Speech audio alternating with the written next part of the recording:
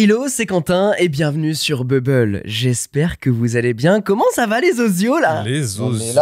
On est là. C'est salut, un salut. plaisir de vous retrouver et Yes. c'est un plaisir ensoleillé en plus aujourd'hui. Mais incroyable. Alors, pour l'anecdote, il y a une stat qui est sortie par Libération, comme quoi en Île-de-France, il n'y a pas eu plus de 3 jours sans nuages. Depuis septembre. Depuis septembre On n'a 2023. pas eu 3 jours Oui, c'est vrai. d'affilée sans nuages. Cette stat est folle. La stat est folle. Heureusement, Bubble est là pour mettre de la lumière dans vos vies un petit peu. Oh là là là là, il est poète, il s'improvise poète ce Ah, je suis matin. lyriciste Bravo, même. Rohan. Non, putain, arrête, il y a des gens qui vont encore l'écrire comme ça.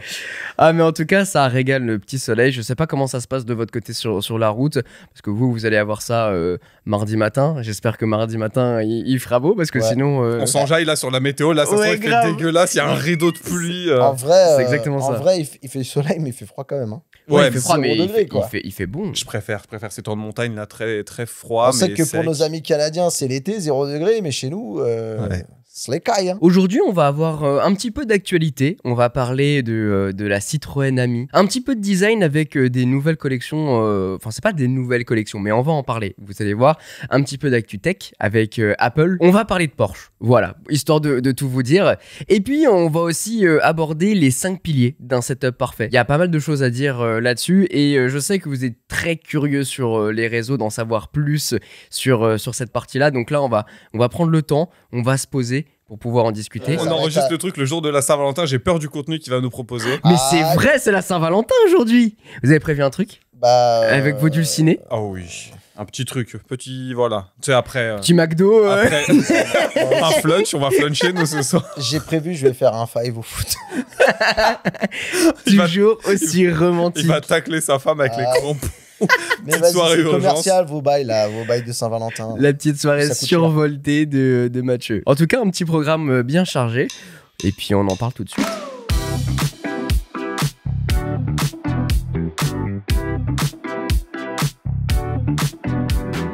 On peut aborder la première thématique sur la Citroën Ami. Vous la connaissez tous, Ouais. j'imagine. Vous la voyez beaucoup Ouais. tourner également. Est-ce que c'est un ami qui nous veut du bien? On sait pas. Je sais pas, mais après elle est renversante apparemment dans les rues de Monaco. Ah. Oh. Allez regarder la vidéo, hein. La amie qui se retourne dans le virage du Fremont. Ah Elle est ouais. Incroyable, cette C'est vidéo. une Elle dinguerie. me remplit de joie. On peut remettre un peu de contexte sur la Citroën Ami pour ceux qui connaissent pas peut-être éventuellement. Ouais, Citroën Ami, petite voiture électrique bas de budget, enfin entrée de gamme de chez Citroën. Qui Je sais pas vise, c'est combien de qui budget, vise les d'ailleurs. jeunes de ouf. C'est- C'est moins de 10 000 euros. Hein. Ouais, c'est vraiment C'est pas un cher. truc, Alors moi je genre, connais... C'est cher quand Il y même. avait le prix Attends. en LOA, je crois que c'était autour des 50 euros par mois, 60 euros par mois, je crois. Ok. Et c'est surtout un véhicule que tu peux conduire sans avoir le permis. Petite info, c'est pas vraiment dans le sujet, mais c'est intéressant. Il y a également la Fiat Topolino. Oui, ils ont repris les bases de la C'est ligne. exactement la même, juste avec une couleur un peu sympa et puis le logo Fiat à l'avant. En vrai, elle est un petit peu sexy avec les banquettes et tout. Ouais.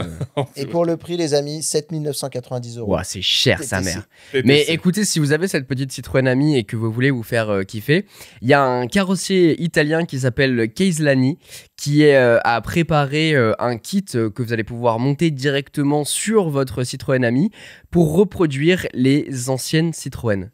Je vous invite à aller regarder ça parce que franchement, ça lui donne un look hyper atypique. En fait, ça ressemble aux vieux camions Citroën que vous pouvez retrouver dans les rues où genre c'était votre petit laitier qui allait vous apporter des petites bouteilles. C'est exactement ça. Et franchement, je trouve que ça lui donne une gueule qui est complètement folle. En fait, ça a été dévoilé en avant-première au mondial du Rétromobile 2025.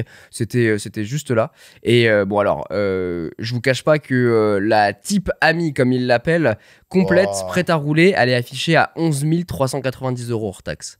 Avec ce Ah, kit-là, ça, c'est Avec le kit. ça veut dire que le kit il vaut 3000 euros. Le kit, si jamais t'as déjà une amie, la transformation seule, c'est 5100 euros. Oh la vache, c'est le Hors prix taxe. de la caisse. Oh purée. À ce prix-là, on va là au Japon, tu te fais un kit Rocket Bunny là. Hein.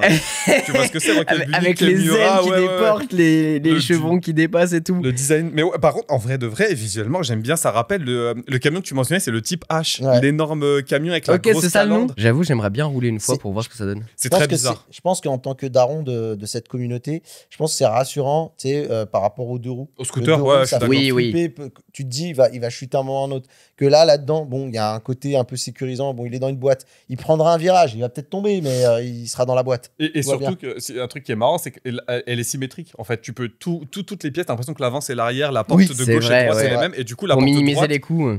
minimiser les coups, et du coup, la porte droite s'ouvre en porte suicide. Ça s'ouvre à À l'envers. l'envers. Elle s'ouvre J'aime dans beaucoup ce l'autre nom. sens. Ouais, ça C'est s'appelle les très- portes suicides. Ah ouais, ça a l'air. Comme sur c'est vendeur. certaines Rolls-Royce, si je dis pas de bêtises, les portes arrière des Rolls-Royce, c'est des portes suicides. Sans transition, vous connaissez tous Monoprix? Oui.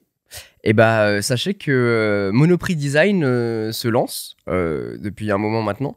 Et vous allez pouvoir acheter beaucoup de mobilier là-bas. Il y a beaucoup de choses différentes. En tout cas, Monoprix met à l'honneur le travail et le savoir-faire de 9 designers français. Ok. Donc, c'est des vraies collections avec des vrais designers. On peut citer par exemple Fleur de la Salle, Julien Seban, Benjamin Gouage. Enfin bref, il y a beaucoup de personnes qui y travaillent. Et il y a vraiment beaucoup de mobilier différents. Tu vas avoir du luminaire, tu vas avoir de la table d'appoint. On avait pu parler du coup de Ikea la semaine dernière avec Exact. une nouvelle collection.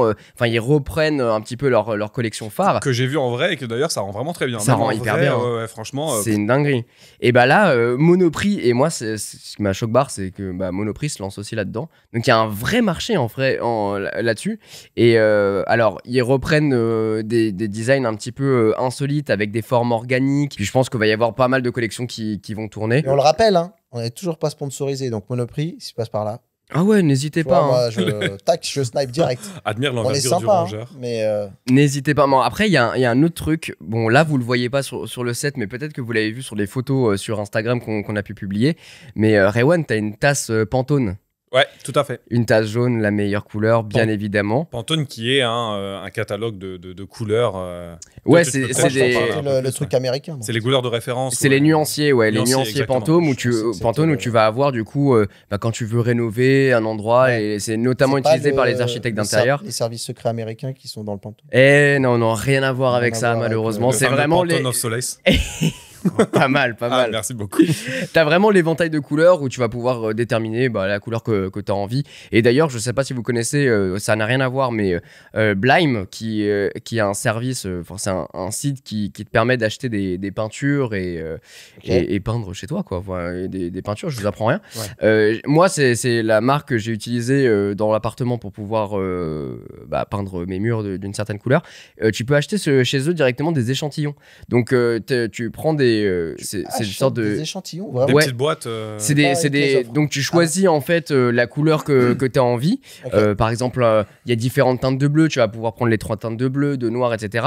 Et en fait, c'est des petits stickers que tu viens coller au mur, que tu laisses, et comme ça, en fait, tu vois comment la couleur réagit au fur et à mesure avec le temps. Parce qu'en fait, quand tu choisis une peinture, c'est là où tu peux avoir des mauvaises surprises. Tu as la peinture que tu vois en visuel, mais tu sais pas comment elle réagit chez toi avec ta surface sur le mur et surtout avec la lumière du Et soleil. surtout la calibration des écrans qui peuvent varier d'un téléphone à un autre. C'est Tu ce que fais- j'allais tu fais dire. le test Aussi, avec- ouais. Dans le marketing, les très- Pantone et tout ça, c'est beaucoup. Enfin, les nuancés, c'est beaucoup utilisé parce qu'en fonction de la texture où tu vas appliquer la couleur, elle va pas rendre du tout pareil. Et oui, la lumière, effectivement. Tout Exactement. Du coup, Blime fait ça. Donc, tu poses le stickers et en fait, tu le laisses un jour, 2 jours pour voir si la couleur te plaît vraiment. Et nous, c'est ce qu'on avait fait. On avait mis plusieurs teintes de noir, plusieurs teintes de bleu pour voir celle qui matchait le mieux. Bref, c'était la petite parenthèse. Et pour revenir à Pantone, en fait, ils ont fait une collection avec H&M Home. Donc, comme quoi, vous voyez qu'il y a tous les services que vous pouvez connaître. Il y a Zara Home, H&M Home. Enfin, il y a pas mal de services comme ça qui ont leur section dédiée à la maison, l'habitabilité. Et ils ont fait une collection où justement, tu as énormément de produits Pantone pour la maison. Donc, tu vas avoir des assiettes, des mugs, des petits bols, tu vas avoir des contenants, et ça dans tous les coloris. Le jaune, le vert, le violet. Et je trouve ça hyper stylé parce que tu peux vraiment faire ta vaisselle full jaune, ta vaisselle full violet. Et je sais pas si tu fais Bon, pour une soirée à thème, ça coûte quand même cher. Hein. Ce que j'allais dire, ouais, pour un anniversaire, à mon avis, Pour un l'assiette anniversaire, ça Pantone fait à chier. 70 €. Alors, c'est pas le prix officiel, hein, c'est pour la blague, mais. C'est clair. Mais je me dis en vrai, t'as un salon avec une belle pièce de couleur qui ressort, Ouais. tu fais ta vaisselle de cette couleur, je trouve que ça claque. Ah, je suis d'accord. Pour un aménagement, pour donner un peu de cachet au. Et après, tu peux faire des mix, tu vois, du jaune, du vert, t'as des bougies aussi. Moi, je Enfin crois que bref, je suis encore resté dans le minimalisme, tu sais, le délire gris, machin. Assiette un en peu de- carton, emballage de pizza. Exactement, tout à fait. c'est un carton qui nettoie tous les soirs d'ailleurs. Exactement. Ouais, exactement. Sache qu'il y a des assiettes en carton jaune, je pense qu'il plaira à Quentin. On a eu la grosse news de début d'année. Apple va faire sa nouvelle conférence, son keynote, le 19 février pour annoncer ses nouveaux produits. Pour citer Tim Cook, venez rencontrer le nouveau membre de la famille. Ouais, bah. Réaction nouveau, déjà, c'est des monteurs.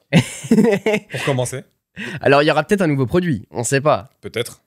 En tout cas, ce qui est sûr, c'est que ce qui a le plus buzzé sur la toile ces derniers temps, et même Boulanger Sur la toile a fait... Ouais, sur la toile. Sur la toile. Ouais, sur la Oh toile. là ça, là, on va repositionner en 1900. sur le web. Sur le- Sur- Qu'est-ce qui se dit sur les 2.0, internets sur les internets. Sur les internets. Mais ouais, sur la toile, ce qui se dit et ce qui a pas mal buzzé, c'est que Boulanger Merci, aurait Stéphane. fait la gaffe. Ils auraient carrément leak le produit. Donc, Parfait.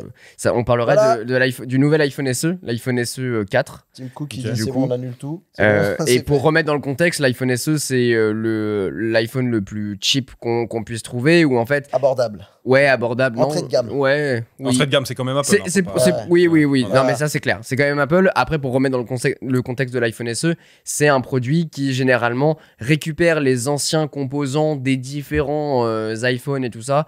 Généralement, des iPhones qui ne sont pas trop vendus et tout ça, pour pouvoir en faire un nouveau produit qui a parfois le châssis d'un ancien produit, mais avec le processeur du dernier. Donc, du coup, ça va faire un produit qui tient dans le temps. Et Franchement, le banger, ça serait que l'iPhone SE reprenne le format de l'iPhone mini qui, lui, a habitué à énormément de monde. s'il te plaît, mais qui Ce serait t'entend. intelligent. Et pareil, t'entend. à voir s'ils vont rester sur du LCD pour Ouais, ou maîtriser du les OLED. coûts, ou de l'OLED. Est-ce que ça va être le tournant pour le SE aussi? C'est une bonne question. Il y a aussi d'autres annonces Ouais. potentiellement moins attendues par beaucoup de monde. Quoique, j'ai vu que ça a beaucoup réagi sous le tweet de Mark Gurman, Ouais. qui est le journaliste de Bloomberg, qui est souvent le mec bien informé, avec Ming Chi Kuo, qui est l'analyste, qui est lui en direct des lignes de production en Chine, on va dire, qui a ses sources là-bas.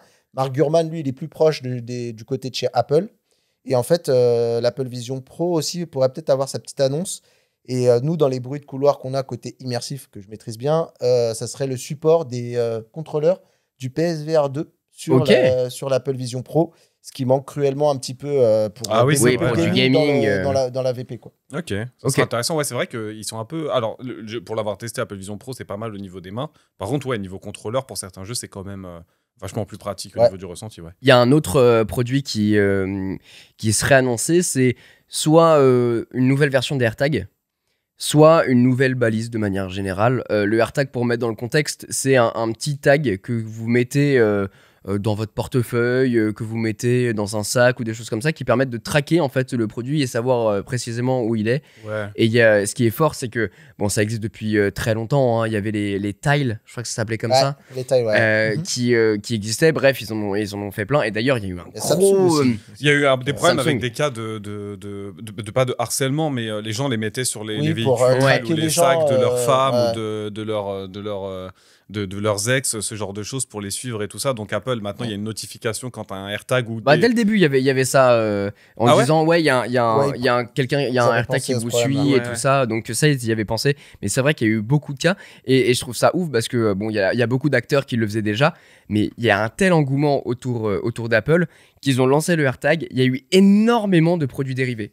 Mais là où ils sont très forts, Apple, c'est que du coup, quand ils l'ont sorti, ça s'appuie sur les connexions aux périphériques Apple qui sont autour. Ouais. Donc en fait, tant que tu captes quelque chose qui est Apple, en fin de compte, tu peux relocaliser ton AirTag. Donc C'est ça. vu la surface qu'ils ont juste utilisé cette espèce de toile, hein, pour reprendre tes termes, de périphérique Apple pour justement avoir un suivi hyper précis. L'idée est hyper bonne. Bah, du coup, le maillage est Le maillage est infini, fou. quoi. Le maillage est fou. Alors par exemple, moi je l'utilise beaucoup dans mes sacs, dans mes valises quand je voyage. Je sais que par exemple quand je prends l'avion, je vois ma valise se déplacer, tu vois.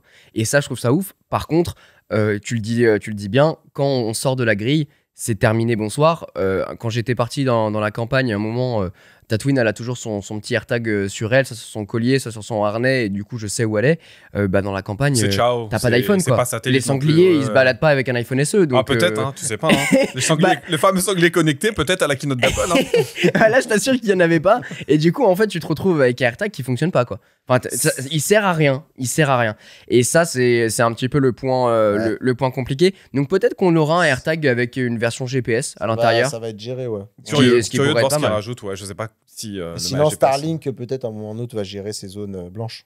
Peut-être, mais alors là, vu que ça fonctionne avec un maillage de produits Apple, mais je suis pas sûr que ça fonctionne aussi avec les produits Android. Je me pose quand même la question. Il y a Samsung qui a les leurs, les Galaxy. J'ai oublié le nom.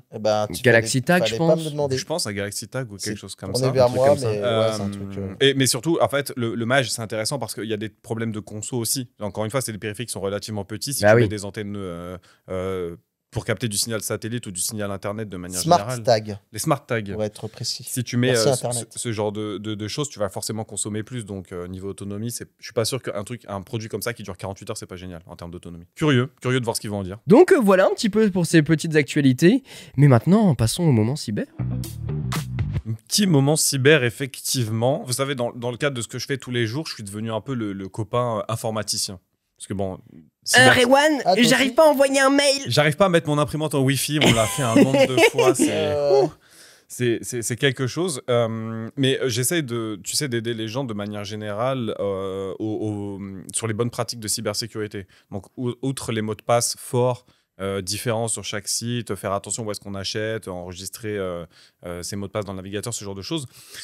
L'État, alors c'est une actualité un peu plus long terme, puisque ça remonte en 2024, mais Cybermalveillance, donc, qui est un dispositif d'État, c'est le service public, a publié une plateforme qui s'appelle le 17 Cyber. 17 Cyber, qui est issu de la stratégie numérique du gouvernement, qui a été présentée le 18 juin 2015. Donc en fait, c'est un portail qui est à disposition des collectivités territoriales, des entreprises, mais aussi des particuliers, et ça c'est une grosse première en France, qui permet justement d'offrir un portail pour les cas de cybercriminalité. Si vous avez besoin de conseils, si vous avez besoin de vous informer, si vous avez besoin potentiellement de savoir si vous êtes fait pirater ou même d'avoir un recours légal, vous pouvez aller directement sur cette plateforme. Je prends un exemple, par exemple, je reçois le fameux message de Amélie ou de mon téléphone qui me dit vous avez un coursier qui n'a pas réussi à déposer votre colis dans votre boîte aux lettres. Je trouve ça louche. Ouais. 17 cyber. Alors, c'est pas un numéro, mais l'idée c'est pas de les prévenir que tu as reçu un mail de phishing, parce que ça, globalement, ils en ont pas grand chose à carrer. Mais si par contre, effectivement, tu te rends compte après coup que tu as mis ta carte, etc., et que tu t'es fait avoir. Ah, c'est une fois que ça s'est passé en fait. Si tu as besoin de conseils, tu peux y aller. Okay. Leur envoyer le mail de phishing, globalement, ça sert à rien. Dire attention, il y a une nouvelle campagne de phishing. Eux, ils monitorent, ils ont des services. Oui, mais toi, si tu connais pas, tu vois. Genre la grand-mère qui dit mais c'est quoi ça pourquoi j'ai pas reçu de courrier, moi? Si tu veux apprendre comment les identifier et comment les cyberattaquants s'y prennent, effectivement, tu peux aller trouver des conseils là-dessus. Mais si en plus tu t'es fait avoir et que tu as besoin d'aide, eux, non seulement ils peuvent te guider, donc il y a un portail 17 Cyber qui est très bien fait et très très bien guidé. Non seulement tu peux avoir donc tous les symptômes que tu as, est-ce que c'est un mail de phishing, est-ce que tu as mis tes données de carte bancaire, etc. Il y a un brouteur aussi. Il y a des brouteurs, voilà. Et, tout ça. Et derrière, en plus, tu peux non seulement avoir un rendez-vous en gendarmerie, porter plainte, mais en plus, potentiellement, sans te déplacer de chez toi, tu as également accès à des chats avec des professionnels de cette partie-là côté gendarmerie qui peuvent justement t'aiguiller en direct via ce petit chat directement dans la fenêtre. Donc, c'est piloté encore une fois par Cybermalveillance, je rappelle, c'est des services publics. Je voulais juste en parler parce que je trouve que c'est intéressant d'avoir ce genre de dispositif disponible au niveau de l'État. La communication est encore un peu de niche, je trouve. Sachant que, alors un truc que j'ai pas précisé, c'est que on appelle ça un groupement d'intérêt public. Donc l'avantage, c'est qu'il n'y a pas que au niveau de l'État que c'est créé, c'est fait également avec des acteurs du secteur privé. Donc, d'accord. Il y a des professionnels qui aident sur ce sujet-là. Donc, qui développent un petit peu pour augmenter peut-être les ressources ou les exactement. cas, Partage de ressources, partage de matières grises, tout ça au service des particuliers, des entreprises, des groupements territoriaux. pour justement pouvoir aider au mieux et faire vraiment cette espèce de symbiose des connaissances et des ressources qui sont disponibles à la fois dans le privé avec la force de frappe de quelque chose qui est plus au niveau étatique. Donc si jamais, voilà, passez le mot à vos proches, passez le mot aux plus âgés ou aux jeunes. Je trouve ça abusé qu'il n'y ait pas plus de com, tu vois. Par exemple, on fait des spots publicitaires pour complètement le téléphone dans la voiture. Et il y en avait plein pour le Covid aussi, et c'est vrai qu'il y a plein de campagnes. Il y a plein de gens qui sont touchés. Ouais. Parfois, c'est des trucs, par exemple, on reprend totalement l'histoire du brouteur. Je veux pas reparler de la victime, là, machin, parce qu'elle, la pauvre, elle prend cher à chaque fois là, qu'on la ramène à son histoire. Ouais. Je voulais pas en parler. Ah, pardon, excuse-moi. C'est pas grave. Non, mais c'est pas grave. Mais typiquement, je pense qu'il y a des gens, tu vois, qui n'assument pas quand ils se sont fait, quand ils ont été pris la main dans le sac parce qu'ils ont cliqué sur un mauvais lien et tout. Et je pense qu'il faut aussi un peu arriver par un spot comme ça, arriver à déculpabiliser les gens. C'est ça. Alors dire, ça peut arriver à tout le monde en vrai. C'est exactement les personnes qui ont des soucis vis-à-vis soit du bullying. J'ai pas le mot en français. Cyberharcèlement, et même le harcèlement de manière générale. En fait, parfois, t'hésites, t'as peur d'en parler parce que tu sais pas comment l'aborder et tout ça. Et donc, c'est vrai que ces services-là, ça peut être intéressant. Et pour moi, c'est important que le message passe en leur disant culpabilisez pas et surtout restez pas sans solution. Ouais. Il y a au moins des choses qui existent, faut les essayer. Alors, des fois, ça marche pas toujours, mais de faire la démarche de dire il m'arrive un truc, je le signale. Déjà, ça peut ouvrir la voie à l'étape d'après où on va s'améliorer sur ce genre de choses. Par rapport à la com, il y a effectivement des progrès à faire, je suis d'accord avec toi. Après, je trouve que cybermalveillance, de manière générale, ils ont quand même mis un gros step-up depuis les années 2015-2016. J'ai déjà vu des pubs sur YouTube qui sont sortis. Il y a même des petits documents qui sont disponibles, des petits rapports, des petits guides qui sont distribués de manière régulière. J'ai vu également des interventions des fois dans les collèges, dans les lycées, c'est vachement intéressant. Mais l'État devrait mettre ça en place, tu vois, parce que pour des personnes âgées et tout, qui vont pas forcément tout le temps sur YouTube ou autre, et les services se numérisent vachement. La télé, ça reste un canal de communication plus large même que YouTube. Tu vois. Télé, je saurais pas dire, je regarde pas la télé, les chaînes TNT, etc. Bon, pour regarder, j'ai jamais vu rien vu passer là-dessus. Tu vois les trucs sur le téléphone dans la voiture, l'alcool en soirée, avec les spots où les mecs ils enlèvent la clé du gars parce qu'il est un peu bourré, il veut partir avec toutes les stars là, machin. Je trouve qu'il y aura de la place pour aussi une communication là-dessus, quoi. Voilà, la communication, n'hésitez pas à la faire de votre côté. Si jamais vous connaissez quelqu'un ou de manière générale, vous voulez informer un peu autour de vous, n'hésitez pas. Dans tous les EHPAD. L'URL, c'est 17cyber.gouv.fr. BYD versus Tesla, c'est un sujet que tu voulais aborder, Mathieu. C'est un peu ce qui se passe à chaque fois que les Chinois investissent à un marché. Ce qui me passionne dans la démarche un petit peu, c'est comment ils vont arriver à plier le game tout en gardant un peu des exigences qu'on pourrait avoir. En fait, c'est-à-dire, l'idée, c'est de dire, on doit faire rêver les gens. Les Chinois, comme ils ont la force de frappe et qui sont un petit peu, malheureusement, encore l'industrie du monde, je dis malheureusement parce que du coup, forcément, on dépend de leur bon vouloir. Eux, ils ont cette faculté à dire, on va essayer de proposer le standing vraiment très calé, très haut, et on va casser les prix. Et moi, c'est toujours ça qui me fascine, c'est de voir ça, que ce soit par exemple même dans le domaine des télés, tu vois. En ce moment, on voit que les marques qui étaient un peu leaders sur le marché, à l'époque, c'était les Japonais avec Sony et tout. On est passé à Samsung, maintenant coréens, qui ont un petit peu le prestige un petit peu dans le domaine des télés. Et maintenant, on voit que même les Chinois, TCL, Hisense et tout, c'est des marques qui ont le vent en poupe. D'ailleurs, je fais un big up à mon pote David Nougara, qui lui d'ailleurs regarde ce marché de très près, puisqu'il teste beaucoup de télé. Et on sent l'appétence des gens dès qu'on parle de TCL et tout, ce qui à l'époque, on ne calculait pas forcément, tu vois. Et BYD, c'est une marque donc chinoise qui est un peu en train de venir faire sa place, et plus que sa place, dans le marché européen. Faut savoir quand même que c'est une marque qui a fêté ses 30 ans. Donc, pour nous, c'est une marque, tu vois, on a l'impression qu'ils sortent de nulle part. Ah ouais, pour moi, ça a été construit hier. Non, mais ça fait pas longtemps qu'ils font des voitures. Écoute, alors, ils sont spécialisés dans la batterie.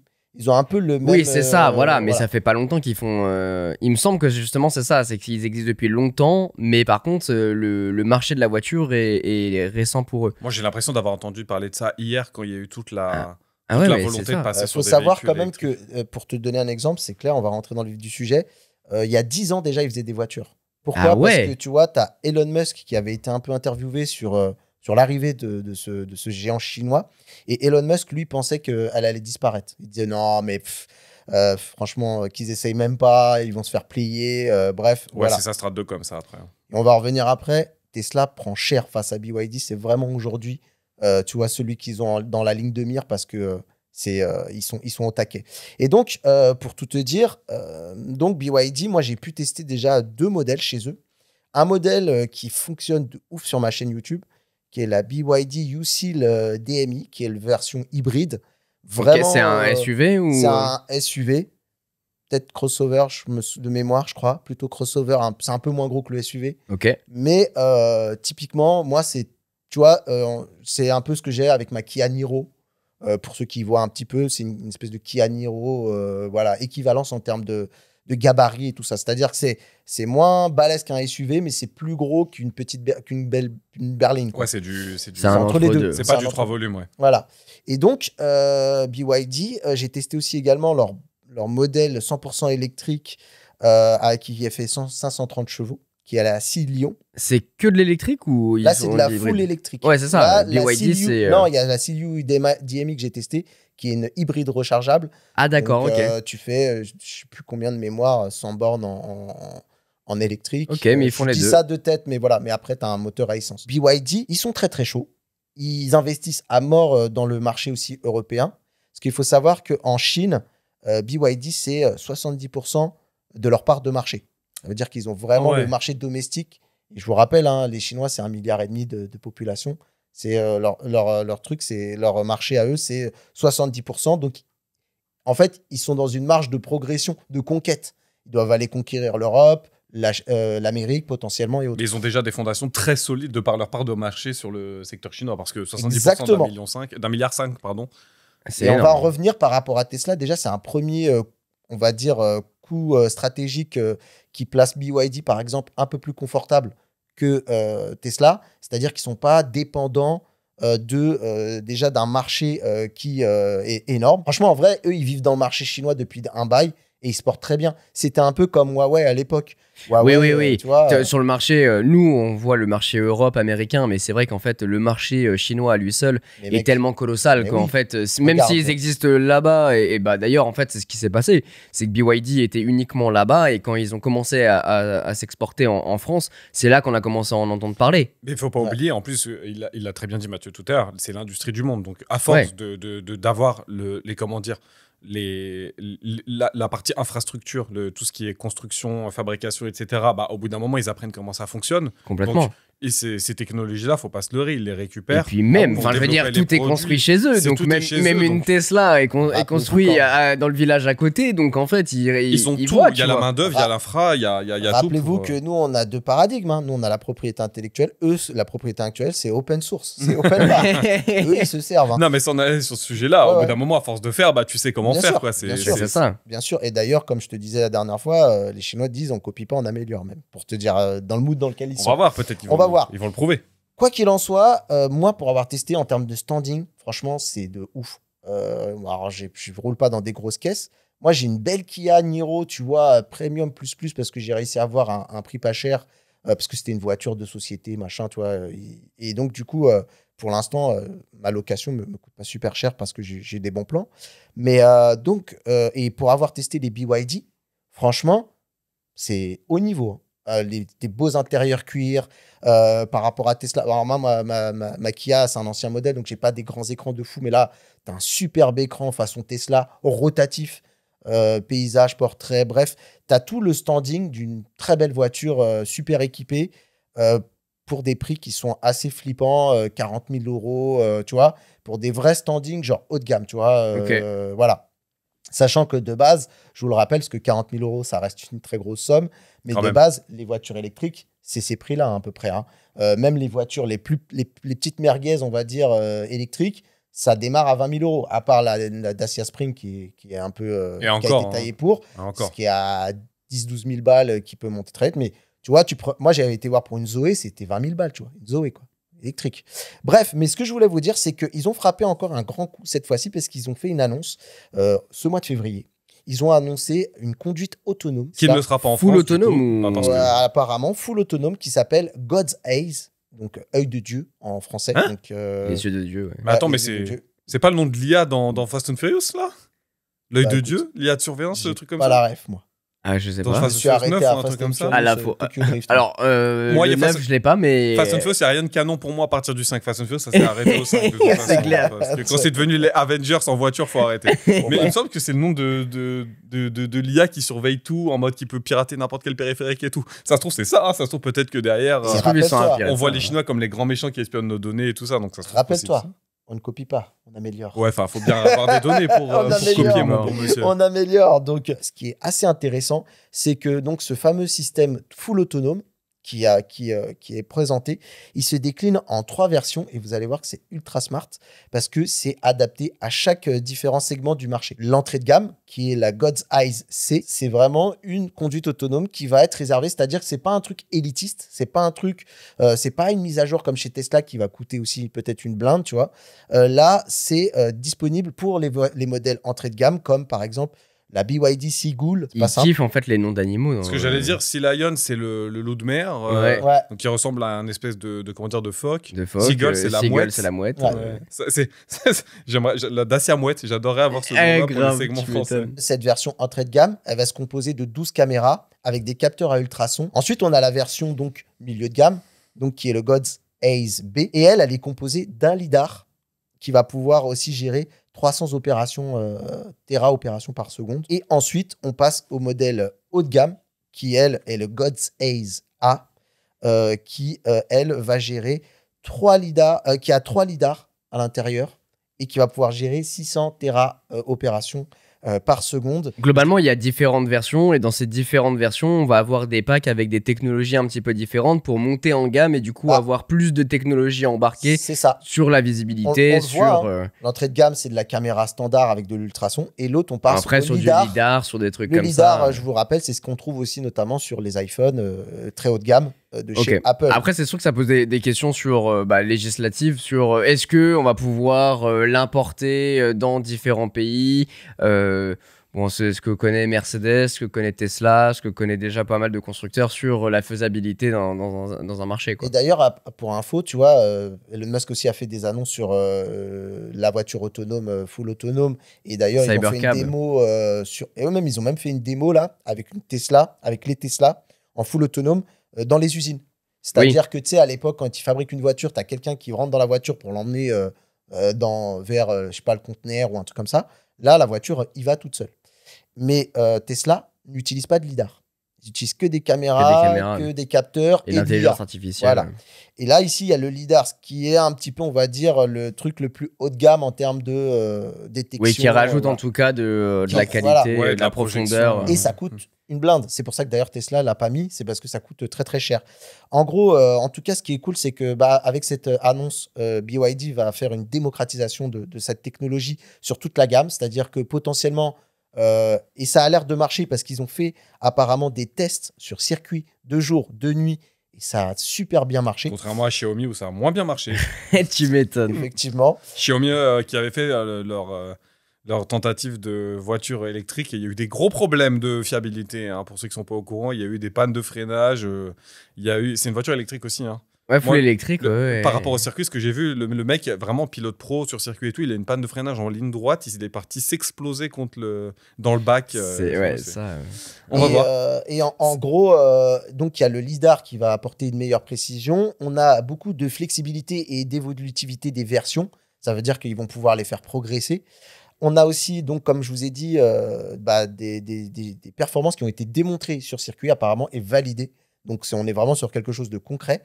Et parce que vous me connaissez dans ce podcast, j'aime toujours ramener un peu d'IA. Eh ben, ils ont intégré l'IA chinoise DeepSeek, dont on a parlé récemment. Et apparemment, l'association des deux avec les capteurs et tout, dans la voiture, l'IA DeepSeek s'en sort super bien, d'après les premiers retours. Voilà.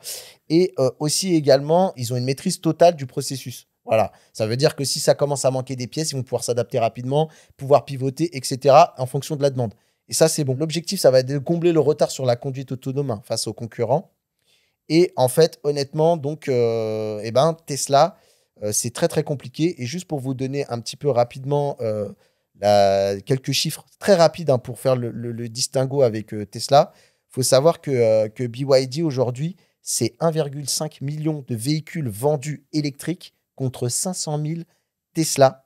Tesla est un peu en train de se... Sur le marché en Chine ou Global. mondial? Sachant que, comme je vous l'ai dit, hein, BYD, c'est avant tout en Chine, à 73% d'ailleurs, exactement. En Europe, c'est pas beaucoup. Dans le reste du monde, je crois que c'est 23%. Oui, mais voilà. c'est sur le marché chinois qu'effectivement Tesla se prend une petite raclée par BYD. Mais partout, vraiment, tu vois, Pas en France. Anecdote, ce qui se passe entre Elon Musk et avec Donald Trump et tout, j'ai vu des reportages de mecs de tacos qui commencent à vouloir vendre leur bagnole parce qu'ils veulent plus être associés à Elon Musk. Typiquement, il y en a qui disaient ouais, c'est un facho, je veux pas être associé à un facho. Mais ça, c'est sûr qu'on en a parlé la semaine dernière, il me semble. C'est clairement, enfin, ce mec-là devrait devenir philanthrope juste philanthrope et se détacher, de se désolidariser de ces entreprises. J'avais vu un chiffre comme ça sur un mois, je sais plus si c'était en France ou sur le marché mondial, mais Tesla, ça enregistrait des pertes de vente de genre 48% juste sur le mois de janvier. Le bénéfice, il a diminué de 52% en 2024. Pour vous donner une idée. Et en gros, ce qui se passe, c'est que d'ailleurs, BYD fait quasiment le même chiffre d'affaires que Tesla, talonne Tesla sur les bénéfices, mais par contre, a une progression beaucoup plus énorme. C'est-à-dire qu'en fait, on pourrait se dire, ah bon, bah, juste ça se vaut. Non, parce qu'en fait, la progression de BYD, elle est énorme, et alors que celle de Tesla est en train de complètement Après, c'est les bénéfices juste sur la vente des voitures. Je pense. Parce que Tesla, en fait, son vrai bénéfice, et là où il se dégage une marge énorme, c'est les crédits CO2 qui... Mec, j'ai commencé à regarder des analystes en termes de bourse et tout. Et franchement, Tesla, ça pue parce qu'il commence à être surévalué sur certains trucs. Je vais pas rentrer dans les détails parce que c'est ultra technique. Et bon, moi-même, je suis pas sûr de bien la spéculation, mais en vrai, genre, en fait, Tesla, c'est surévalué. Et j'entends même dire que la bourse de Wall Street, elle est en train de lâcher Elon Musk. Par exemple, même sur plein de trucs, ça se casse un peu la gueule. Même, bon, là, on parle d'un autre parallèle, mais Twitter, je sais que tout le monde essaie de se débarrasser de la dette de Twitter.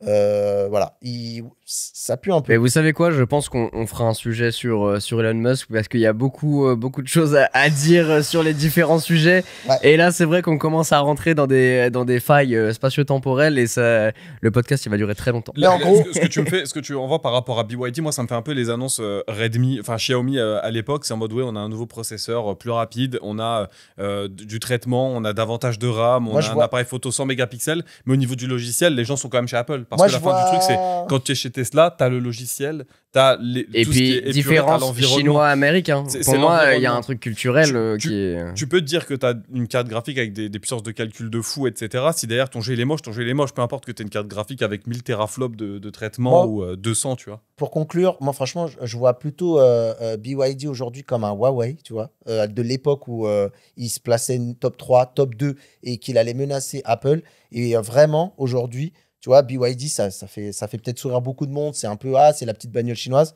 Franchement, ils sont pris très, très, très au sérieux par Tesla. Si ça permet de tirer les prix vers le bas de façon sur l'accessibilité, sur l'électrique, etc., moi, je supporte complètement. Ouais. L'électrique, c'est une techno qui est intéressante. Ça ne remplit pas tous les cas d'usage, mais hâte qu'il y ait davantage de concurrence et de concurrence. Ouais, et ça va être intéressant juste de voir, parce qu'ils ont un peu le même cheminement, c'est-à-dire qu'ils sont experts dans la batterie et dans la bagnole, comme le fait Tesla et Elon Musk. Et tu sais, il y a beaucoup de stratégies de « ouais, on fait des batteries, on fait des bagnoles, mais un jour, nos batteries serviront peut-être à éclairer des maisons et tout. » Donc, ça va être intéressant de voir la trajectoire des deux qui est quand même très similaire dans la philosophie, je trouve. Belle transition des sujets de voitures électriques, Quentin. C'est vrai. Parce qu'on a fait une petite expérience en début de semaine avec Rewan. Pas piqué des hannetons. Pas piqué des hannetons. J'ai connu des journées plus désagréables, même s'il y a eu quelques... Ouais, alors là, faut qu'on vous remette dans le contexte et comme ça, on va t'expliquer, Mathieu, parce que c'était une dinguerie. En fait, j'ai demandé à Porsche la Taycan Turbo GT. Globalement, c'est leur nouvelle Taycan la plus puissante. Globalement qui existe sur le marché.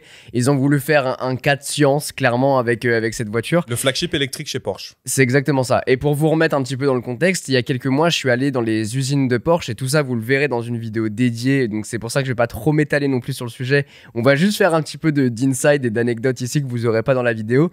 Mais globalement, je suis allé dans leurs usines à Vessars. Vessars, si vous ne connaissez pas, c'est le centre de recherche et développement de Porsche. C'est là-bas que tout se passe globalement. Là-bas qu'ils vont tester leurs voitures, qui vont commencer à les designer, que les ingénieurs et les designers vont travailler ensemble en fait Quel pays, du coup pour expérimenter. C'est en Allemagne. Ouais. Vessar, c'est en Allemagne.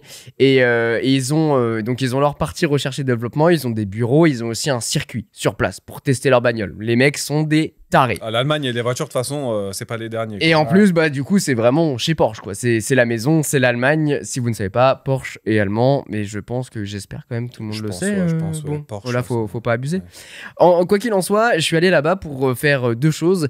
Aller dans la soufflerie. La soufflerie, c'est le wind tunnel en anglais. Je ne sais pas si vous connaissez. Globalement, les constructeurs utilisent vachement ces endroits, ces sortes de laboratoires géants sur lesquels ils vont positionner la voiture. Et en fait, avec l'aide d'un flux d'air qui est diffusé dans ce cas-là à plus de 300 km/h et avec de la fumée, ils peuvent voir le tracé de l'aérodynamique de la voiture. Wow. C'est-à-dire qu'en fait, la fumée va sur la carrosserie, passe devant, va sur le toit, ressort au niveau de l'arrière de la voiture. Comme quand on voit des trucs des fois un peu en 3D avec l'effet. C'est exactement ça. C'est précisément ça, tu l'as très bien résumé. Et du coup, c'est dans ce genre d'endroit qu'ils peuvent expérimenter. Et on fait ça sur des voitures grand public qui vont sortir, des voitures de série, mais aussi et surtout sur les voitures de sport. Et si vous êtes fan de Formule 1, c'est là-bas qu'en fait, ils travaillent toutes les pièces aérodynamiques d'une Formule 1. C'est là-bas que tout se passe. Puis il y a plusieurs aspects, parce que l'aérodynamique, pour garder la voiture plaquée au sol, mais aussi avoir le minimum de friction en ligne droite, parce que la friction de l'air, c'est plus moins de performance et c'est plus de consommation, évidemment. Exactement, c'est ça. Donc ils vont gérer la traînée, ils vont gérer l'appui, comme tu le dis bien, et puis tout simplement travailler sur des pièces. Et c'est exactement ce qui s'est passé pour Porsche, c'est qu'ils ont fait ce qu'on appelle un facelift. Donc il y a une phase 1, il y a une phase 2, et sur la phase 2, ils ont travaillé en fait la gueule précisément, parce que le travail c'est vachement fait à l'avant, où ils ont redesigné des pièces. Donc les ingénieurs et les designers ont travaillé ensemble pour redessiner ces pièces pour que ça soit plus aérodynamique.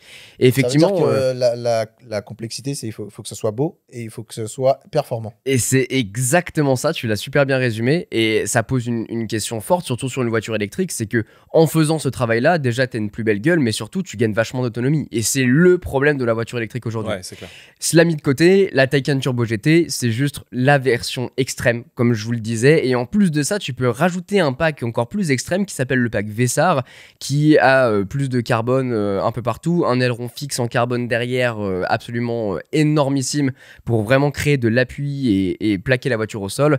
Et ils vont enlever les banquettes à l'arrière pour gagner du poids, etc. Ouais, là, on est sur la perf. C'est une voiture de circuit. La GT classique, c'est une voiture que tu peux acheter de série et rouler avec tous les jours. Et c'est cette voiture-là qu'on a testé nous de notre côté. Parce que j'ai fait cette version, donc il y a quelques mois, je suis allé dans leurs usines pour voir la soufflerie. Je suis allé sur circuit avec le pilote Porsche pour qu'il m'envoie en enfer. Clairement, le mec m'a déglingué, c'est vrai, clairement le terme.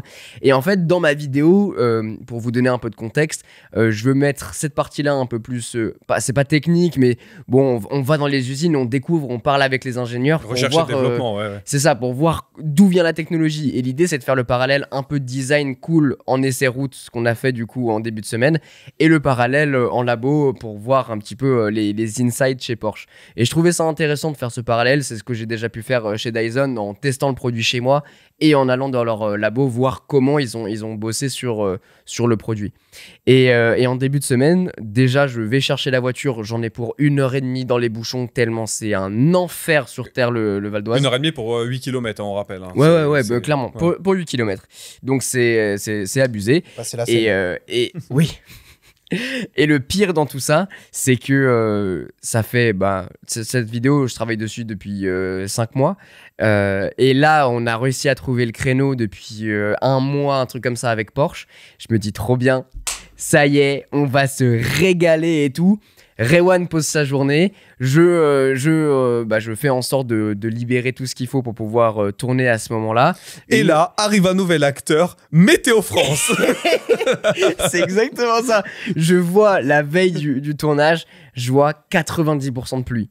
Quand tu testes une bagnole, 90% de pluie, c'est pas un bon signe. Sur circuit, c'est cool. Quand tu veux la faire drifter et tout, pour tester le Ouais. couple d'une voiture électrique, c'est chiant. Et sur route ouverte, c'est chiant. C'est vraiment un On en a enfer. fait quelques galères aussi avec. Ah Quentin, ouais, sur putain. certaines Parce que voitures ouais, aussi, hein. avec Mathieu, on en a testé beaucoup des voitures. Ouais. Et même pour l'anecdote, je testais beaucoup de voitures sur la chaîne à un moment, mais je parlais plus de design et tout ça, parce que le reste, c'est Mathieu qui le faisait. Moi, j'avais pas le permis. Eh oui, exact. Ah oui, c'est vrai. Donc ouais. C'est encore plus rageant quand tu vois la météo d'aujourd'hui. Tu te dis, si le tournage il avait eu lieu genre vendredi, samedi, dimanche de ce week-end, m'étonnes. avec la météo qu'il y avait sur du sec. Ça aurait Juste- été et une puis, dinguerie. pour les plans, juste pour les plans. Parce que les plans, faire les voler plans le drone sous sous la la pluie, pluie, c'est compliqué. Bon, au final, on a eu un peu de chance dans notre malchance. C'est-à-dire que au moment où on a pu tourner la vidéo, il pleuvait pas des masses. Bon, le temps est dégueulasse, mais avec un petit coup d'étalo, ça rendrait un petit truc un peu sympa. Mais du coup, on a récupéré la Porsche, on a pu faire des plans de suivi trop stylés et tout. J'étais dans le coffre de la Tesla et on suivait la Taycan. C'était hyper cool. Et puis, on a pu tester les performances. Bon, juste pour vous donner quelques chiffres, histoire de pas vous laisser comme ça, juste en train de baver, parce que moi, je serais dans ce scénario-là. La Porsche Taycan Turbo GT, c'est 1034 chevaux avec 2 moteurs électriques, 1240 Nm de couple. Est-ce que C'est diabolique. J'avoue. ça peut atteindre les 290 km/h Mais oui. et c'est un 0 à 100 en 2 secondes 3. Donc ça t'envoie clairement en enfer et j'ai dégusté sur circuit. Pour une voiture- vous le verrez. Pour une voiture homologuée, hein, une voiture que tu peux croiser sur Pour route une voiture ouverte. exactement de série et pour vous donner un petit peu de contexte sur l'autonomie, c'est 550 km en autonomie combinée, donc à la fois sur route et extra-urbain, et 670 km juste en ville. Ce qui est pas mal en C'est vrai. pas mal. Et en vrai, là, pour le coup, quand on l'a récupéré le matin, je crois qu'elle a annoncé 385 km d'autonomie. On l'a roulé vraiment toute la journée. Et à la fin, il nous restait 60%. Donc, Ah ouais. on n'a quand même pas fait trop d'autoroute, etc. Mais on lui a bien, comment dire, on a. Ouais, Quand même- enfin c'est les Ouais, accélérations, Voilà, les c'est des machins, grosses accélérations c'est- qui consomment pas mal. Et en vrai de vrai, je trouve que c'est pas mal pour comment dire, les performances que ça offre et le poids du bousin, parce qu'il y a les batteries à transporter et tout ça.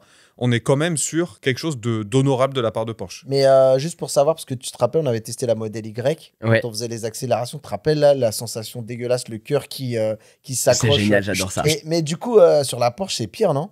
Mais alors, Quentin l'a précisé, 2 moteurs, 4 roues motrices.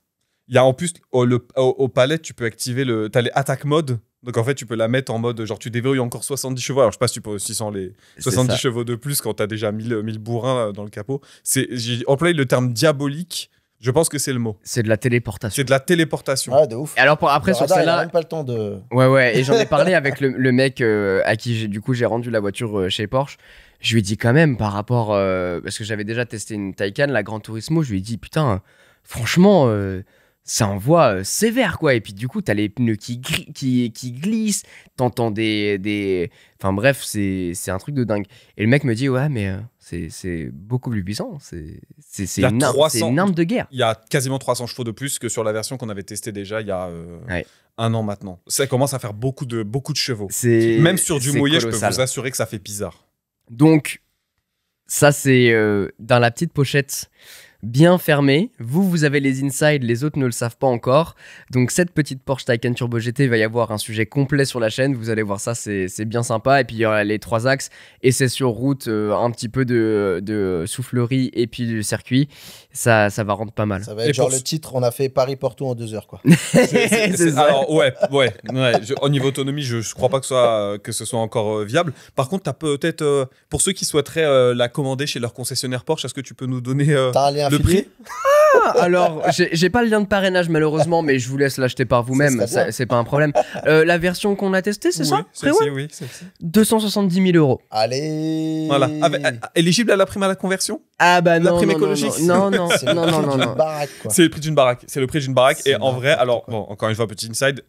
Quand on en a parlé du coup tournage avec Quentin, qui m'a fait confiance, et je le remercie une nouvelle fois ici en public de me faire confiance pour ce genre de truc-là, je me chiais dessus. Hein, parce que là, il n'y a pas d'autre terme. Ah, Y a pas bah d'autre là, terme. Pour moi qui ai acheté une maison, tu vois, je me dis, Ah ok, ouais. là, tu frottes une jante, mon Ah pote, oui, c'est 30 000 balles. c'est- Directement. c'est ça, Mais- c'est le PEL qui saute Mais en direct. parallèle, c'est hyper contradictoire et je me souviens de tes mots là-dessus.